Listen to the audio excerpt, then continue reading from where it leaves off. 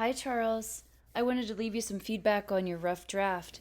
Um, Overall, I enjoy what you're doing here.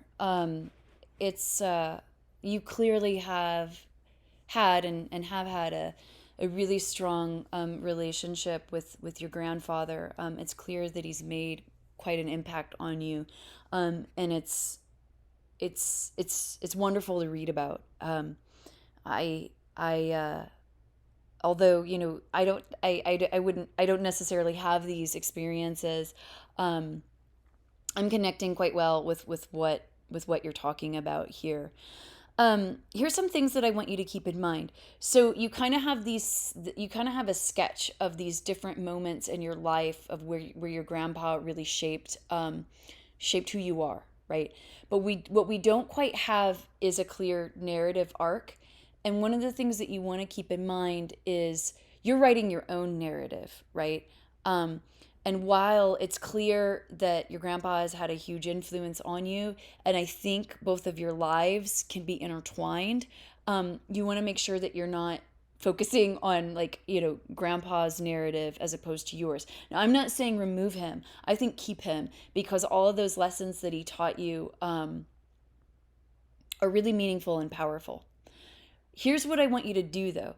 I want you to begin thinking about maybe one, maybe two lessons that you can really focus on for this paper, and really stretching those out with descriptive details, right? So you want to think about what's the beginning of your narrative, what's the middle, and what's the end. So you want to start thinking about your narrative arc.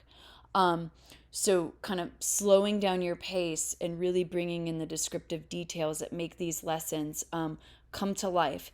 So, um, let me think. Let me think of some places. So, here is a really good moment that you say, he went on to say you should listen to a man and question them. And I can't count how many times my first impression of someone ended up being wrong. Um, so you might that might be a moment for you to explain. So maybe it's starting off with the idea of how your grandpa really made an impression on you, and bringing in some of those memories that you have of him in your youth, uh, and really describing those in rich detail, right? Really taking a pause and thinking about where in your life did your grandpa teach you those lessons.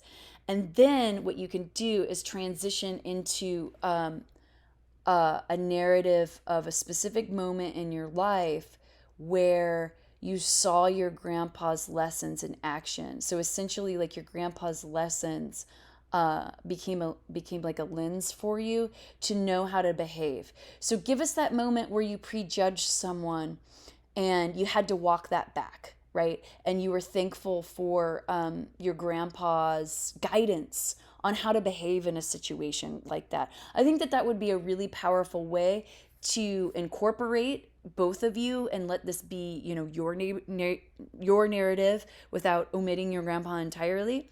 But also giving you that arc, right? Allowing the reader to see more concrete details in action. There's a couple of things in terms of sentences that I want to come back up here and talk to you about. You have a series of what is called run-on sentences. So essentially, that means that there are several sentences that are all mushed together without the proper punctuation. So you say, "I was just born." That's a complete sentence. "It was early October 29th." That's a complete sentence. "It was just early morning." That's a complete sentence. "And I decided as a baby that I would come into the world early." So this is a complete sentence. So really, with run-on sentences, you've got multiple choices here. You can simply separate them with the proper punctuation, such as a period.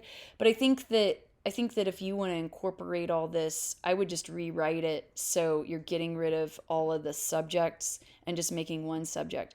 However, I think, honestly, I think a stronger way to begin this lesson, or sorry, not this lesson, this narrative, instead of starting at your birth, start at a moment where you are with your grandpa and we can get a good sense of who he is and such a wonderful teacher he was, right?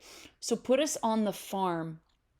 Start us off by describing that farm, for example, right? So remember, one of the other things that I want you to do is describe place in rich detail. And I don't see any place in this draft yet. That's okay, right? Since it's just a rough draft. But I feel like a lot of uh, how you've been shaped all goes back to your grandpa's farm. So maybe that's really where you should start this thing, just describing grandpa's farm and then transitioning into, those lessons that grandpa taught you, and then moving into you as a young adult in a specific moment where those lessons were really powerful and really meaningful. Okay. So I'm looking forward to seeing more. I think you got plenty to work with here. So really, like I said, what I want you to focus on is establishing that place and really working on that arc.